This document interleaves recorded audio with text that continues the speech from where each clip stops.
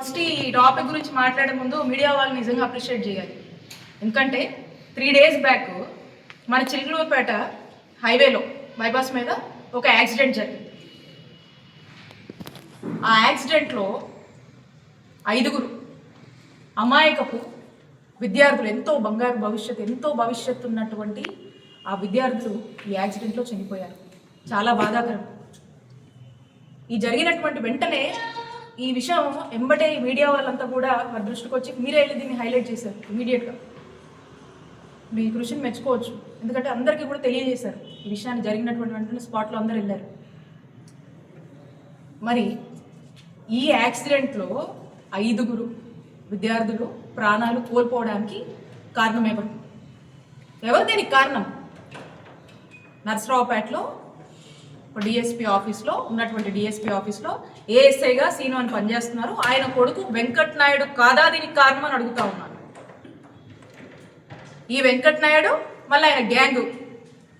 ఈ వెంకట్ నాయుడు అనేటువంటి వ్యక్తి ఓ నకిలీ బ్రేక్ ఇన్స్పెక్టర్ అవతారం ఎత్తి హైవేలో వచ్చే పోయే వెహికల్స్ని ఆపి అక్రమంగా వాళ్ళ దగ్గర నుంచి డబ్బులు వసూలు చేసుకోవడం. ఇది కొన్ని సంవత్సరాలుగా ఇదే తన వృత్తంట. చెప్తున్నారు అందరూ. దాదాపుగా 10-15 కేసులు ఉన్నాయంట అతని మీద.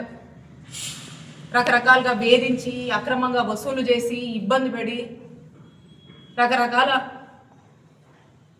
మరి అంత ఒక హ్యాబిచువల్ అఫెండర్ అంటున్నారు ఇతన్ని.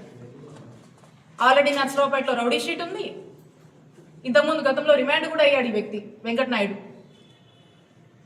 మరి ఇతని గ్యాంగు ఈ 5 ప్రాణాలు అంటే వస్తున్నటువంటి ఆ హెవీ వెహికల్ని ఆపి ఏదో డబ్బులు వసూలు చేసుకుందాం అనుకున్నారు.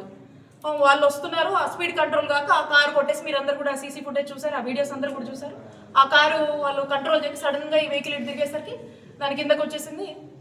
ఏ విధంగా ఆ కారు అంతా కూడా క్రష్ అయిపోయిందో చూసారు. వీళ్ళ ప్రాణాలు పోయినాయి.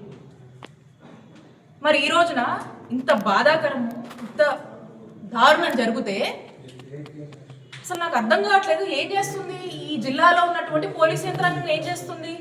ఎందుకు ఈ విషయాన్ని ఇంత గోప్యంగా ఉంచుతున్నారు? ఇప్పటి వరకు కూడా అరెస్ట్ చేయలేదు. అంటే 5 ప్రాణాలు పోతే వీళ్ళకి కనిపించడం లేదా? బాధ అనిపించట్లేదా? బాధ్యత లేదా ఈ పోలీసులకి? ఏం చేస్తున్నారు ఈ యంత్రాంగం అంతా కూడా? ఇప్పటి వరకు కూడా దాని మీద ఏం చేస్తున్నారో, ఏం స్టెప్స్ తీసుకున్నారో ఇప్పుడు కనీసం ఒక్కరు కూడా స్పందించడం. చెప్తా ఉన్నారు. ఐజీ గారు వచ్చారు, ఎస్పీ గారు కూడా వచ్చారు, ఆఫీసర్లు అందరూ వచ్చారు, ఏం మాట్లాడలేదు, సైలెంట్గా వచ్చారు, సైలెంట్గా వెళ్ళిపోయారు. వాళ్ళు ఏం మాట్లాడుకున్నారో ఎవరికి తెలియదు.